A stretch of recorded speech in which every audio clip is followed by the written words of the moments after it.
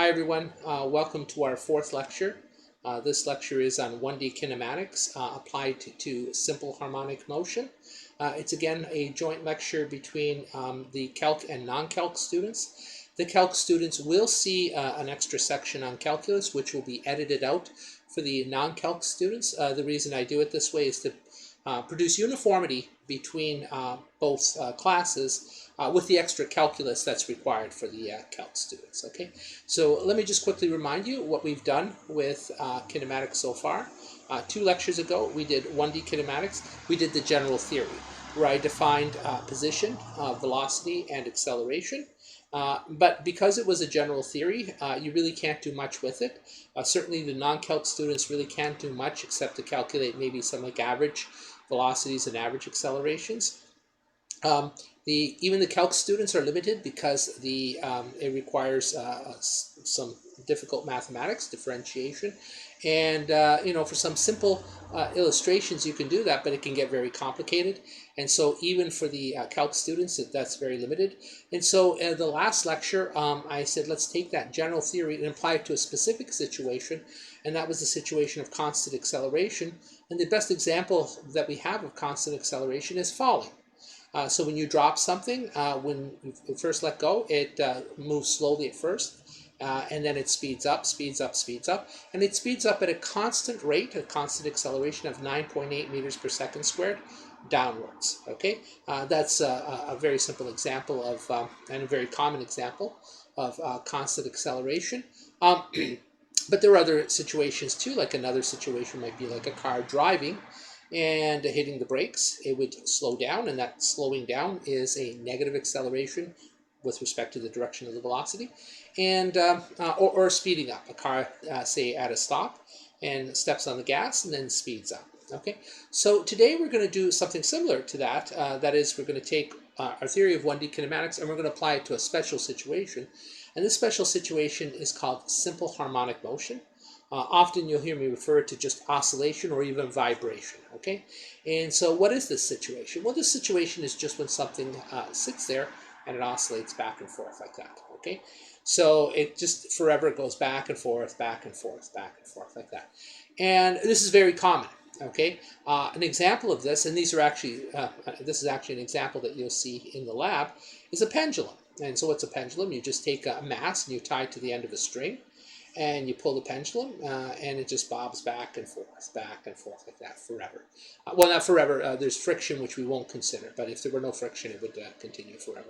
Another example that you'll also do in the lab is a spring. Okay, so if you have a spring and you stretch the spring and you let go, the spring will bounce back and forth like that. You have to put a mass on, and the mass will tie like one end of the spring, say, to a wall, and the other end to a mass on a linear air track. So again, there's no friction. You pull the spring back and the mass will bob back and forth, back and forth, back and forth like that. Maybe a real world example is like the shock absorbers on your car. When you hit a bump, your shock absorbers will squeeze down and then they'll bounce back and forth. There's quite a bit of friction to try to damp out the motion. We won't consider that part of it. But the bouncing back and forth part of it, that is simple harmonic motion. But it's everywhere. Another example, one from biology, is the little cilia in your ear. These are these tiny little fiber hairs in your ear that will vibrate back and forth when they hear sound. Okay, and that's how we perceive sound in the ear. And you can refer to your biology course for more detail about that. But they're vibrating back and forth. Okay, if you have a glass and you just hit the glass, like a drinking glass, and you see that it vibrates, you hear it ringing, that's because it's vibrating back and forth. So there are just so many examples. And as usual in physics, we're going to just look at this in the abstract, okay? And so what you're seeing here is a diagram where I'm trying to illustrate simple harmonic motion, okay? And it's 1D motion too. And this loop I have here, I really can't draw the motion very well as a single line. It would just, you wouldn't see it. So I kind of expanded it a little bit, but remember, it really is 1D. It's really a long line here. And so you can imagine that the motion starts at this one end here. This is like, say, a spring, and I pull it out, okay, and then I let go. What does it do? It pulls back, and then it bobs back and forth like that, okay? And there is a center to this motion, x equals 0, okay? And x equals 0 is called the equilibrium. That's the middle of the motion, all right? Or if the spring were not stretched at all, that's where the mass would sit, okay? Right there. And x is equal to plus a. That's the maximum displacement that you would get to one side of the motion, on the right side of the motion. But you'll get the same on the left side of the motion. X is equal to minus a, okay? And again, it would just bob back and forth like that. And it would always be bounded between x is equal to plus a and x is equal to minus a, centered on the equilibrium, which is x equals 0.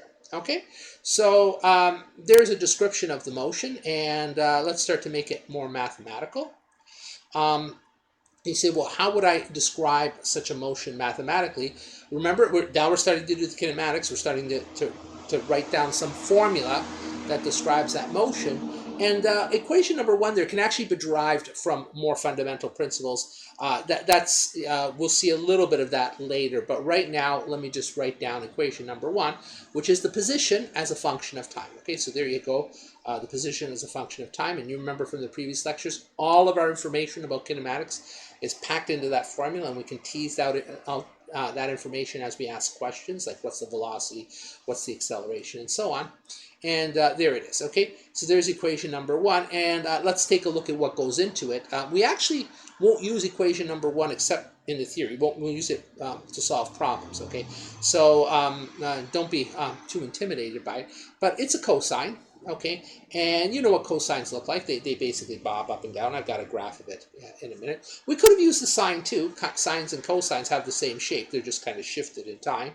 Okay, but we'll choose to use the cosine for this course. Okay, and there's this capital A, and we already saw capital A. Capital A is called the amplitude, and it is the maximum displacement from x equals 0. Okay, so if I scroll back up to that diagram just for a second, you see here x is equal to 0, all right, which is the middle of the motion. And you'll notice that the maximum that the oscillator will move to the left or to the right is plus a, x is equal to plus a, or x is equal to minus a on the other side there like that. Okay, and that's the amplitude, all right. And t here, little t, well, you know what that is. That's the time. Okay, so basically you say, well, where is this thing at t equals 5 seconds? Well, a would be some number, okay, depending on the particular situation. A might be something like 3 centimeters or 7.5 centimeters or something like that. So a is a fixed number. And then you would plug in, well, t is equal to 5 seconds, and you would crunch it through, and you would get the position at that particular time. All right. You'll notice there's one more thing I got to tell you about, and it's this symbol right here. It looks like a W, but it's actually the Greek letter omega. It's actually curled in at the top a little bit, okay? All right, so you'll hear me call it omega, not W. It does look like a W, and I've tried to write it carefully so you can see it kind of curls in at the top, unlike a W. So it's called omega. And that's the hardest one to understand. It's called the angular frequency. All right. So there are two words here, angular and frequency. What do each mean? All right. They're both important. So first, frequency. You're going to hear the word frequency a lot in physics. Frequency, it's just like the colloquial meaning of the word frequency. It's like how often does something happen? Okay. Like, I don't know, with what frequency do you drink water or something like that? Or it might be a question that you ask in biology. Something like that. Okay, so how often does something happen? All right, the answer would be so many times, so many cycles per second. So, for instance, if we go up here and we look at this thing bobbing back and forth, if it starts here and it comes back there in 1 second, then it bobs once per second. But if it does 2 complete cycles in 1 second, then that's 2 cycles per second, or 3 cycles per second, or 4 cycles per second. So, like 4 cycles per second means that it would start here and would bob back and forth 1, 2, 3, 4 times every second. Okay, and it doesn't have to be an integer number. It could be like 4.5 times a second. And what does that half mean? It means it only completes a half a cycle extra. So it could be like 1, 2, 3, 4, and then another half a cycle before the second is over. Okay, so you'll see this in the lab. All right, that's what we mean by frequency.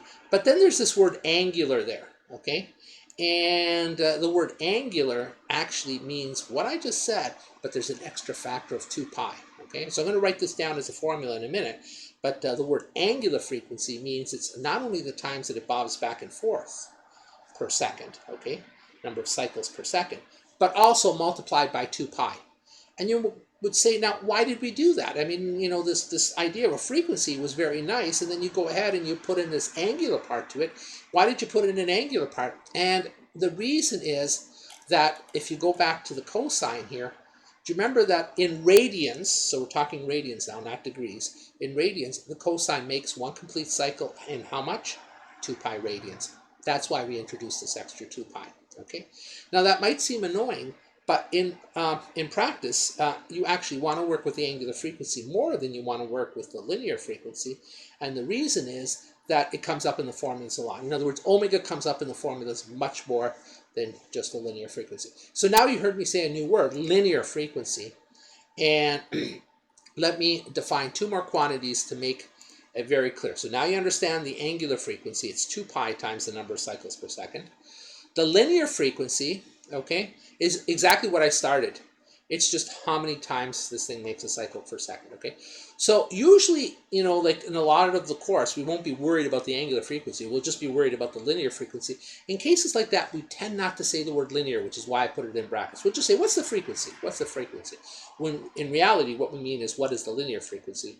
In these special cases, when you're working with the formulas, like that you'll see when you're working with omega, we'll be working with the angular frequency. So not to confuse angular and linear frequency, we'll call one the angular frequency, that's the one with the extra 2 pi in it, and the other one the linear frequency, okay? And then there's another quantity you should know about, and it's known as the period of the motion. Now these two are usually confused, so let's be very careful here, okay? So linear frequency is how many cycles it makes per second. The period is the time it takes to make one complete cycle, okay? And so let's go back to the diagram up here. And let me see if I can describe that, and then I'll show you the formula that relates the period and the linear frequency. Suppose that this oscillator, starting from this point here, in 1 second makes 2 cycles. So it'll go once, twice, and that's it. There's 2 seconds. So we start with our stopwatch, and the stopwatch is at 0, and we go click, and it goes 1 cycle, 2 cycle, and then when it gets back to here, we see on our stopwatch it says 1 second, okay? So it made 2 cycles per second. That's a linear frequency of 2 cycles per second, okay? What's the period, though? How long does it take to make 1 cycle? Well, if it makes 2 cycles per second, 1, 2, and 1 second, then to make only 1 cycle, it only took half of that time, so it's half a second. So the period would be half a second, the time it takes for 1 cycle, whereas the frequency is 2 cycles per second. Okay, let me see if I can clear that up for you. So let's start with the concept of the period. How long does it take to make 1 cycle? Half a second. That's the period, capital T. Half a second. So it starts here and it goes and it comes back to the same point. Half a second. Let's continue. And so another half second. A half a second plus another half a second is a full second. And how many cycles did it make in a second? Twice. Okay? Well, what if it did 3 cycles per second? So we'd go 1, 2, 3, and that's it. That is 1 second. Well, then each cycle must be a third of that. Because if there's 3 of them in 1 second, then each cycle is only a third of the full amount. Okay? So then the period would be a third of a second, whereas the frequency is 3 cycles per second. Well, what if it were 4? Well, then it would go 1, 2, 3, 4 for 1 second. And that means that each cycle is a quarter of that, 1/4 of that. And so the period would be a quarter of a second. And I think you're starting to see a pattern now. If the period is 1/4, the frequency is 4.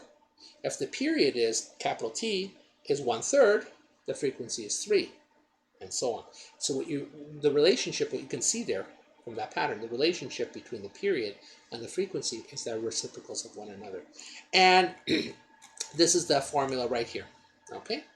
So the frequency, meaning linear frequency. So remember, if I don't say the word linear in front, we assume that we're just talking linear frequency. So the frequency and the period are reciprocals of one another. F is equal to 1/T, okay? And then finally, to bring in the angular frequency, we have this other equation here, which we can call equation number 2. The angular frequency denoted by the symbol omega, okay?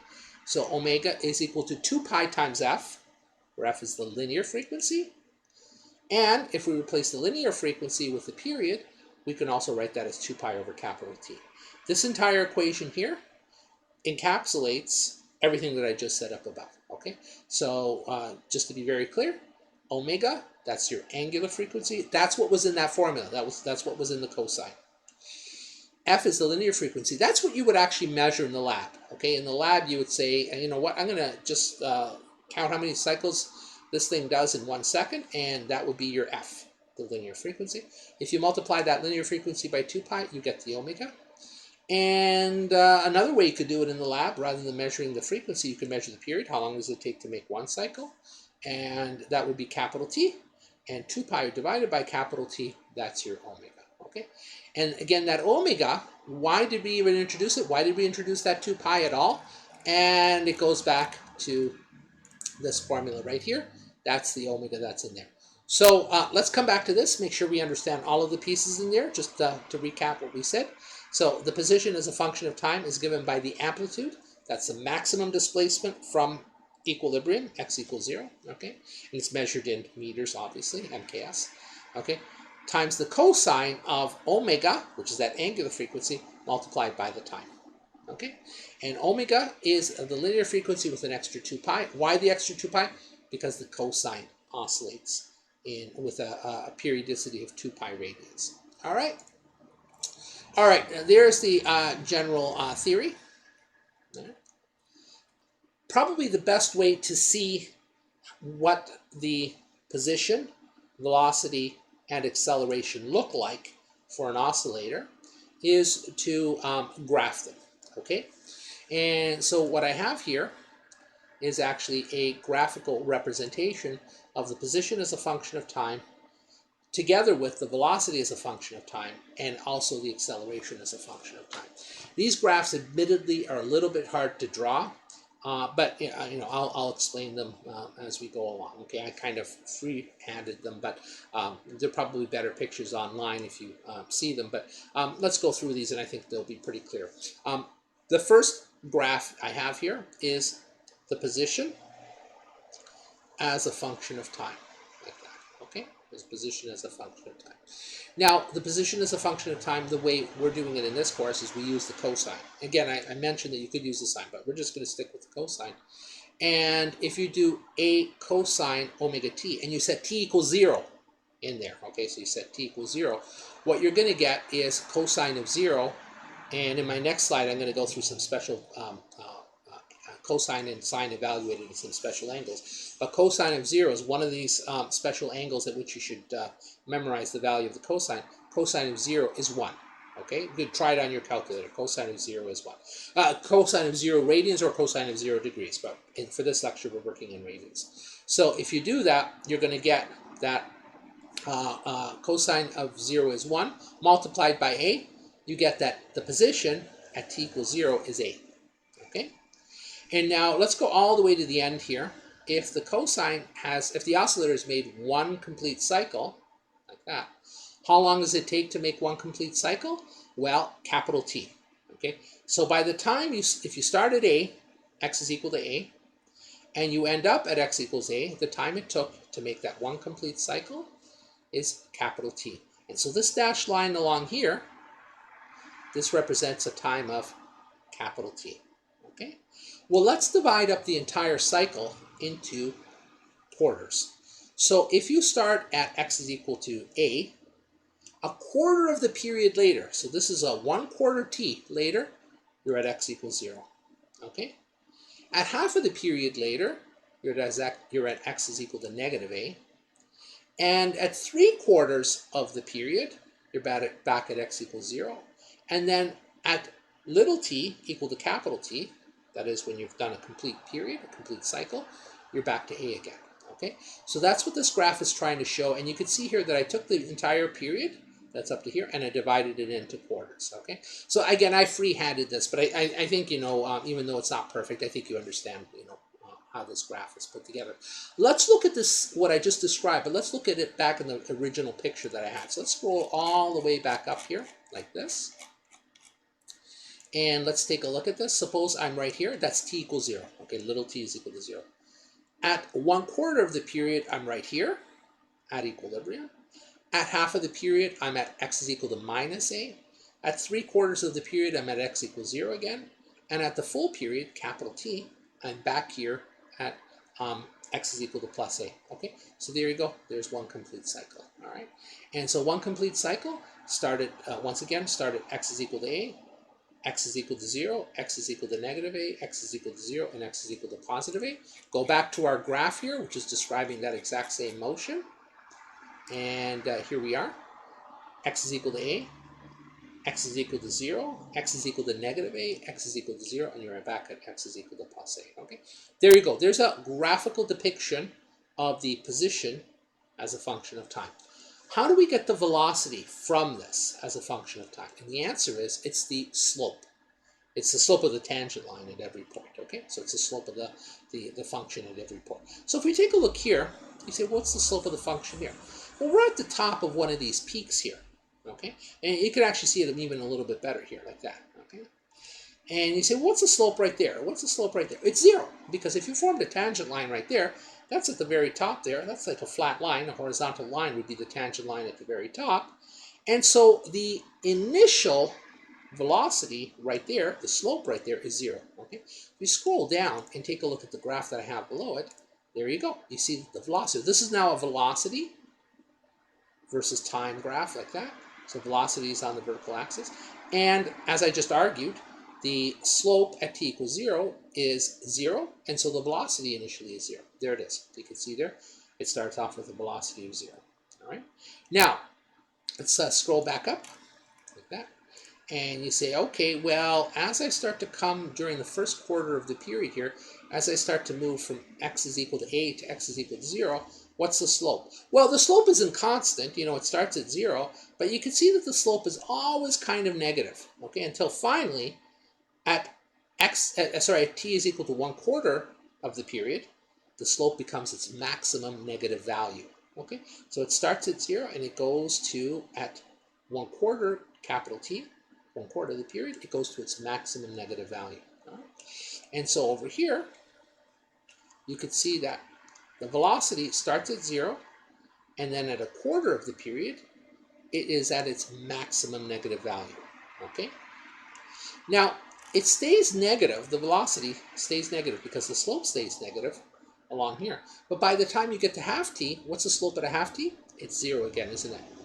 Because you get, if you put the tangent line there, it'll be a flat line, and a flat line, 0 slope, 0 velocity, okay? So at a half t, guess what?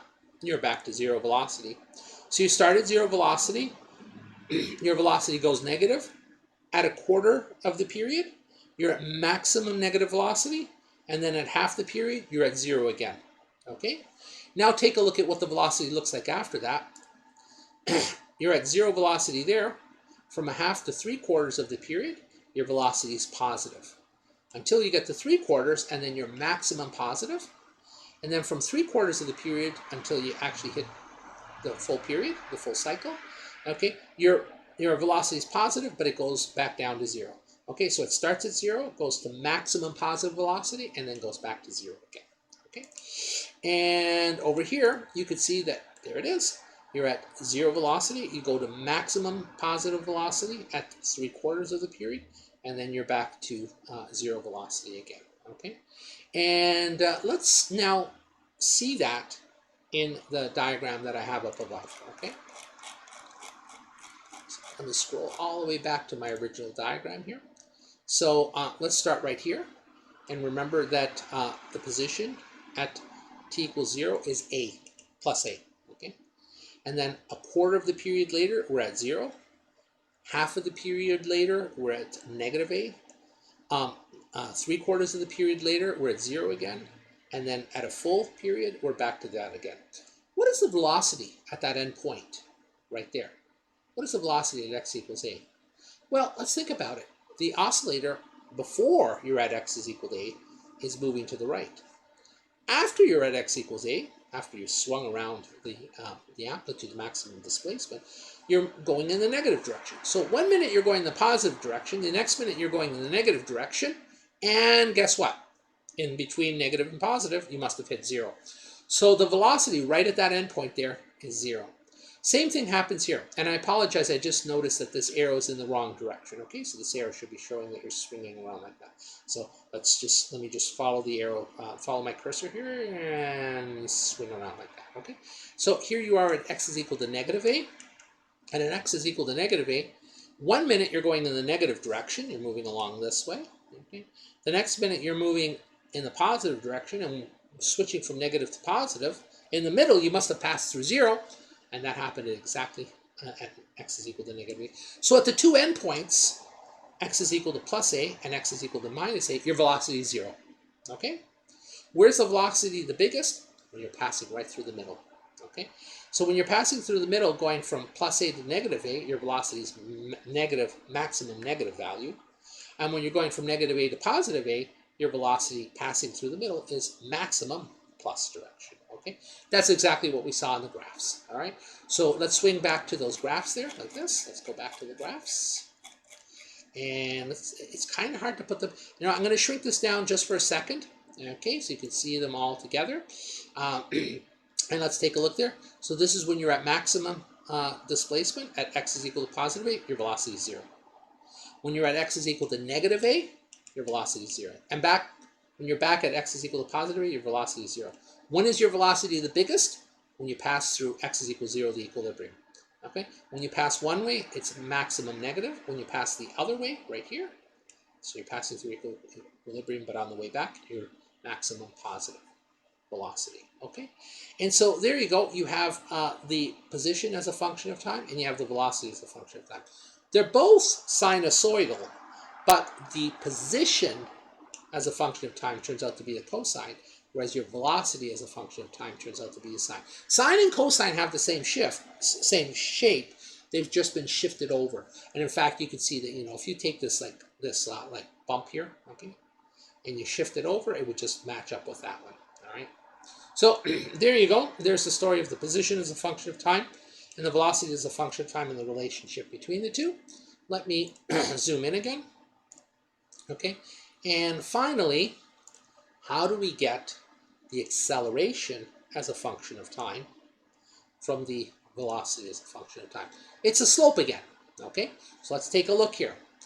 When you're at t equals 0, what's your slope? Well, the slope here would be negative. Okay. So when your velocity is 0 at the endpoints, right, so there's the 0 velocity, you have a maximum acceleration in the negative direction. All right. When the velocity is maximum, that is when the oscillator is passing through equilibrium, the velocity is as big as it's going to get. Okay. But leading up to equilibrium, it was speeding up, and after equilibrium, it slows down. So if you're speeding up before and you're slowing down after, the rate of change must have gone through 0, and that's why right at equilibrium, where your velocity goes from speeding up to slowing down, your acceleration is 0. Okay? So there, when you have the maximum velocity, you actually have 0 acceleration. Again, when you're passing through the equilibrium on the way back, okay, or sorry, when you reach the endpoint, this is at a half the period, when you reach the x is equal to minus a, the velocity stops. The velocity stops, but the acceleration is maximum at those endpoints. Okay, and then when you pass through equilibrium on the way back, okay, you were speeding up before that, you're slowing down after that, so the acceleration is exactly 0 there. And then again, when you're back to the x is equal to plus a, and that is where you stop, where the velocity stops. Even though the velocity stops, you're being swung around as fast as possible. The rate of change, the velocity is 0, but the rate of change of the velocity is as big as it's going to get.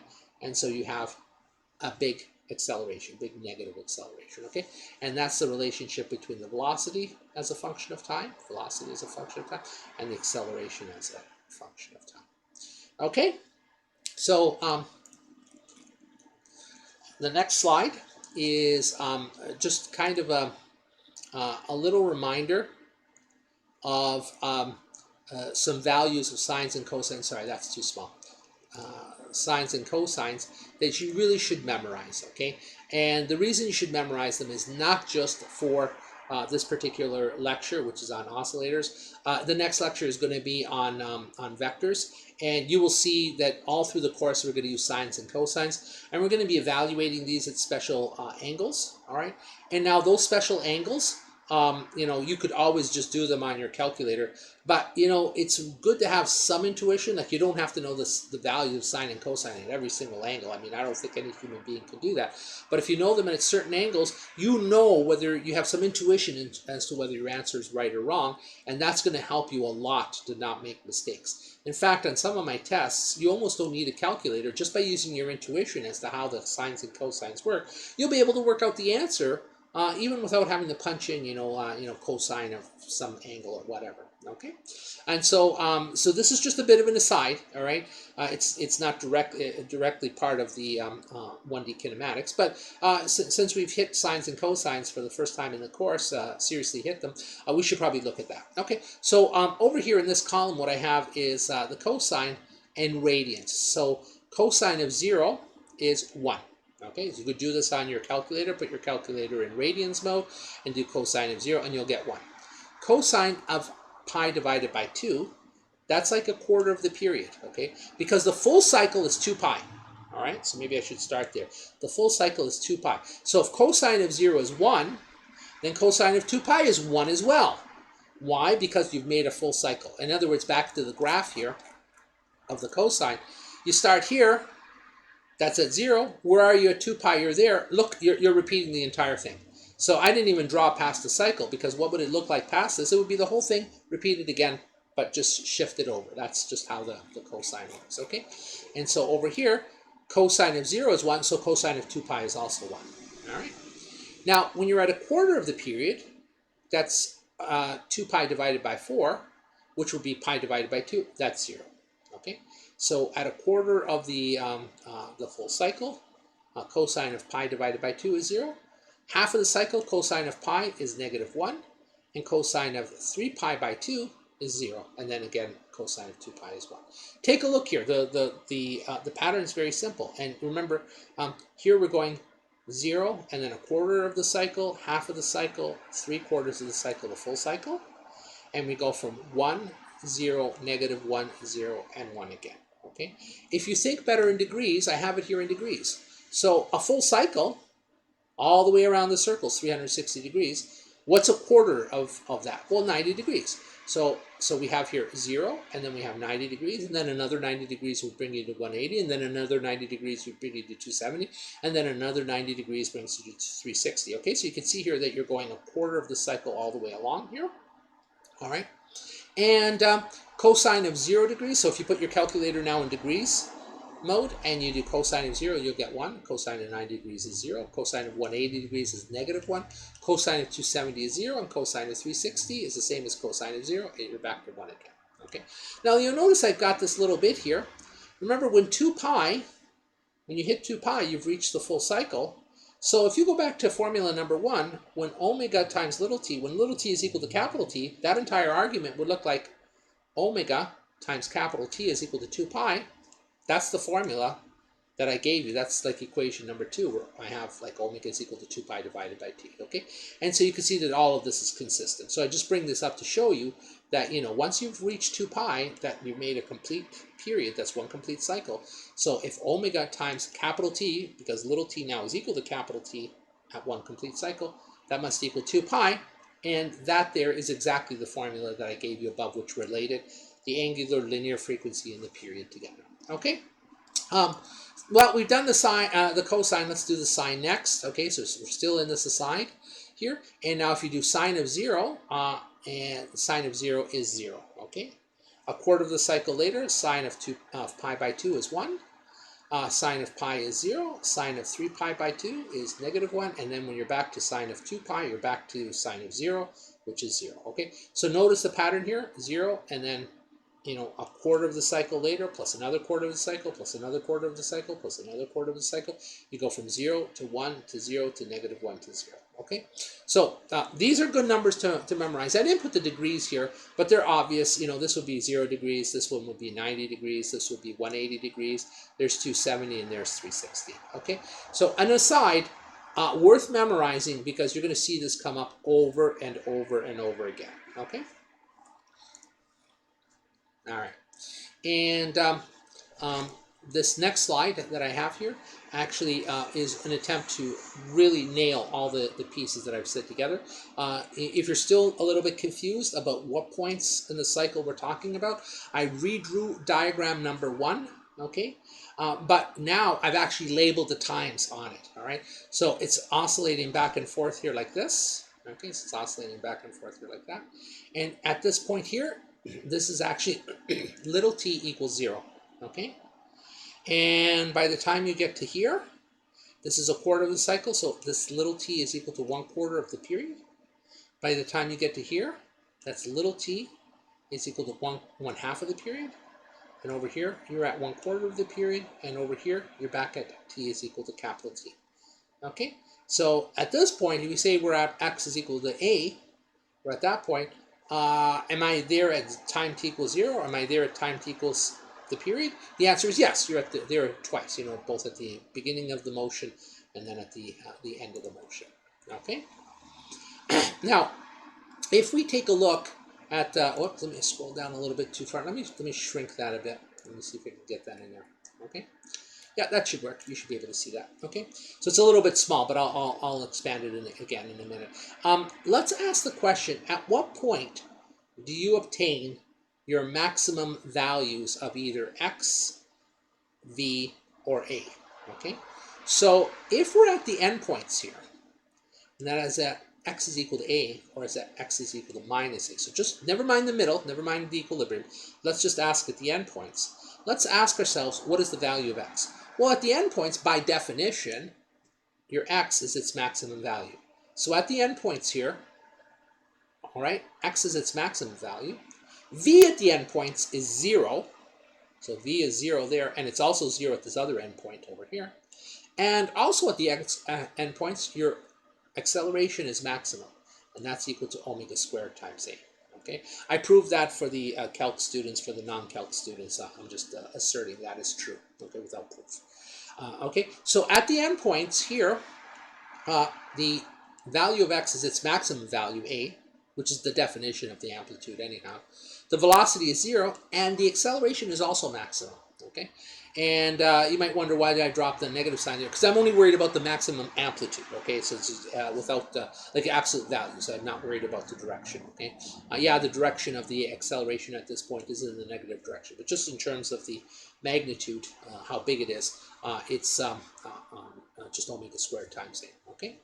Now, so there's the story at the endpoints. What happens at equilibrium? Okay, so let me expand this up again here. Okay. So there, again, at the endpoints, x is at maximum value of a, velocity is 0, and the acceleration is at a maximum value of omega squared times a. Well, at equilibrium, this is at a half of the period, 3/4 of the period, and so on. Okay. Sorry, this should be 1/4 of the period. I apologize. Okay, I realize that's a mistake. So that's a quarter of the period, 3/4 of the period. Let's look at the diagram again so that we're not going to make any mistakes. So we're at a quarter of the period or 3/4 of the period. They're like that, okay? When we're at equilibrium, well, at equilibrium, by definition, x is equal to 0, okay? That's when you're going to get your maximum velocity, but the acceleration is 0 at the end, okay?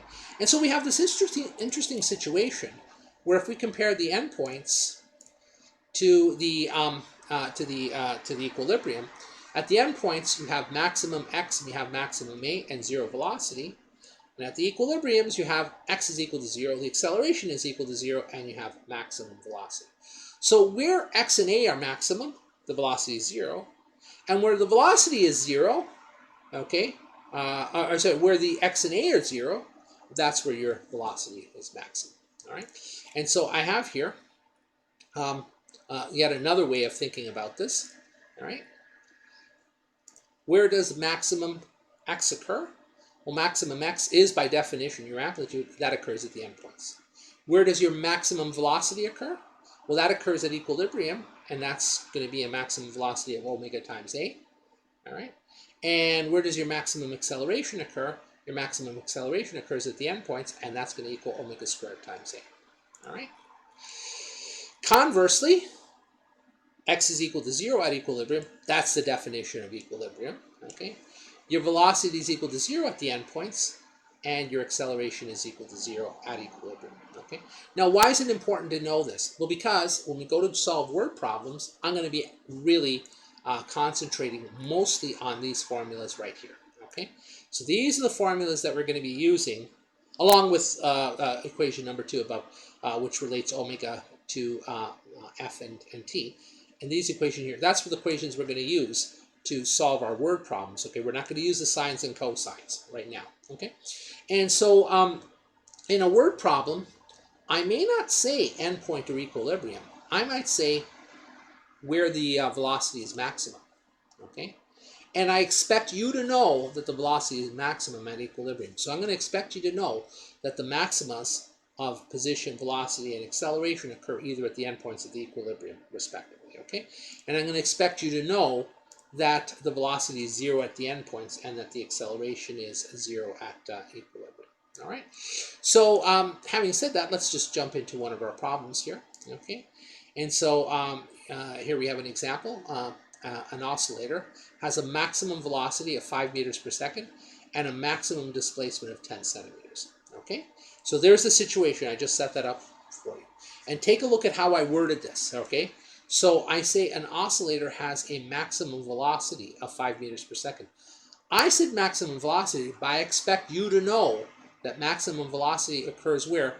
It occurs at equilibrium. Okay, so here you'll notice that I put this kind of like little bracket up here, and what I'm saying is, like, when you see a word problem like this in a test or one of the little quizzes, you'll see maximum velocity, but I expect you in the back of your mind to understand that maximum velocity occurs at equilibrium. Okay, and we'll see that as the word problem goes on. All right, so. Okay, great. We've set up the situation. We have an oscillator. It has a maximum velocity of 5 meters per second and a maximum displacement of 10 centimeters. Okay, and question number 8 is, what is the amplitude? Well, that's actually trivial. I'm just expect you to know that what you mean by amplitude is maximum displacement. So if I say maximum displacement or I say amplitude, I'm really saying the same thing. So the amplitude is the maximum displacement. That's just 10 centimeters. And better convert this to MKS, because you can see here the 5 meters per second is MKS, but the centimeters is not. And so the amplitude, 10 centimeters, that's the same as 0.10 meters. Okay? So there we go. That answers question A. Question B is, what is the angular frequency? Okay? Now, what do we know? We know that the amplitude is 0.1 meters. We know that the maximum velocity is 5 meters per second. And you ask yourself, is there an equation that relates the two? Okay. Now, I gave you lots of equations above, so maybe this is the point where I should really emphasize what equations you need to know. You need to know these equations here. A, that maximum x is equal to A, maximum velocity is omega A, and maximum acceleration is omega squared A. You need to know those. And you need to know this other one. Let me scroll all the way back here. You need to know this one right here. Okay? This equation there, which relates the angular frequency to the linear frequency to the period. Okay? So equation number 2, along with these other equations here, are what you would actually need to solve problems. Okay, all that other theory, don't throw it away. We'll need it later in the course, but for the problems that we're doing right now, what I just showed you is what you need. Okay, and so back to our problem here. Part B was, what is the angular frequency? We know that A is equal to 0. We know that Vmax is 5 meters per second. And you look at those equations above and you go, well, which one relates amplitude and maximum velocity and angular frequency, because that's what we're trying to find, and it's Vmax is equal to omega times A. Okay, so Vmax equals omega A.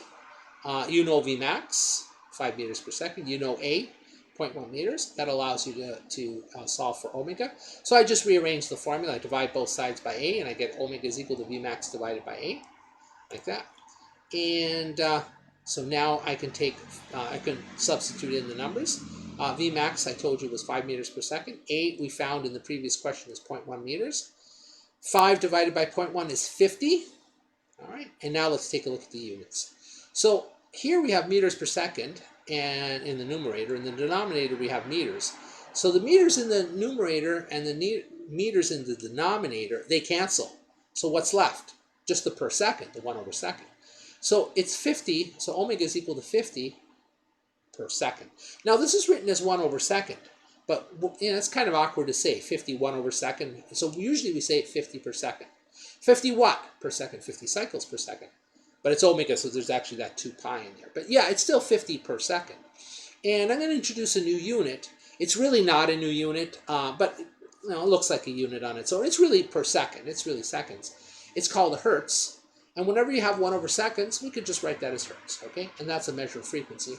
You've probably heard of hertz before because I don't know if anyone listens to AM or FM radio anymore in their car, but you know there's AM and FM radio, and if you look at the frequency dials on the AM and FM radio, the AM is in kilohertz and the FM is in megahertz, okay? Kilo just means 1,000, mega just means million, okay? The hertz, what is that? Per second. So what are those hertz there? It's the number of cycles per second in the frequency of the radio waves. Okay? And so you're going to see hertz very often. There's nothing wrong with writing the units as 1 over second like that. That is correct. And, you know, seconds are the MKS units. But it's just become tradition to write 1 over second as hertz, okay? And so in the course, you'll see both of these, all right? Especially when it comes to, you know, frequencies, when we're talking about radio waves in the second half of in the second semester, you'll see hertz quite a bit, okay? So there it is. So hertz is the MKS unit for frequency just because it's 1 over second. Okay, all right, great. So omega is equal to 50 hertz. All right, that answers the question. Question C is, what is the maximum acceleration? And again, if you take a look above, you'll see that an equation that relates A max, the maximum acceleration, the amplitude, and the angular frequency is A max is equal to omega squared times A. Okay, and we know omega and we know A. We just solve for those things, and so we can plug in. Omega is 50 per second, and A is 0.1 meters, okay? And so if you do 50 squared times 0.1, you get 250, and that's how the number comes about.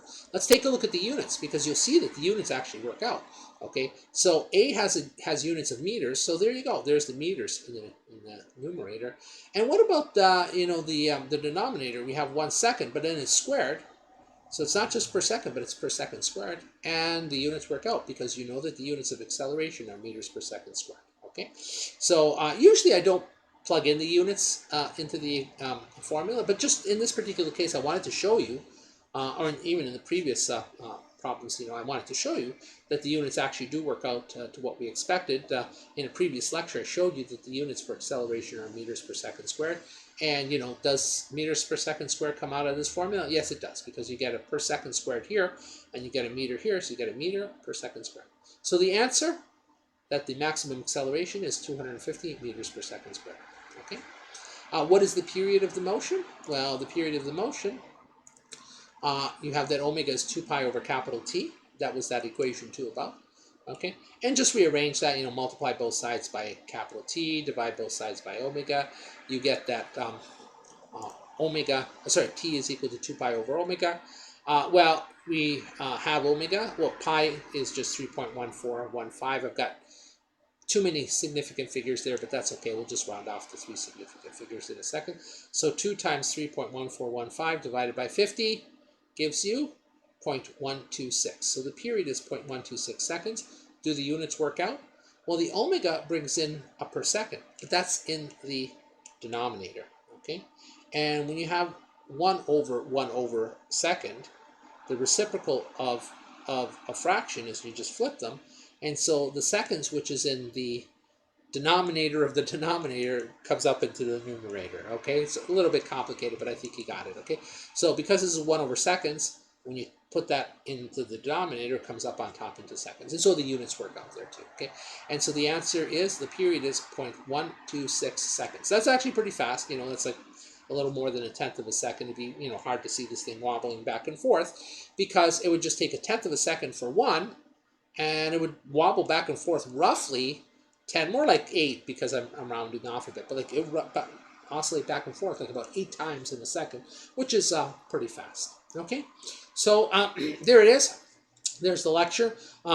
As usual in my lectures, there's a lot of theory that doesn't apply directly to the immediate problems, okay? And don't throw that theory away. Don't just say, oh, I can forget this because I won't actually need it for these problems. No, the whole course holds together. So this theory comes up again later, okay? Not immediately, but it will, okay? You'll see it again in uniform circular motion. You'll see it again in dynamics. So don't just, brain dump that and go, oh, I'm just going to memorize how to solve the problems because that's all I'm expected to do on the test. Yeah, that's true for this section, but when it comes to the future sections, I'm going to be pulling some of the stuff out of the theory that I've given you, and so you will need it. Okay, I'm giving it to you here because this is the appropriate place to give it to you. Okay, and just to summarize the kinds of questions that you would get here, this is a very typical question. Okay, so you'll see more in the quizzes and in the little tutorial videos that I'll do together as a live stream. Okay, everyone, there it is for this lecture. Thank you.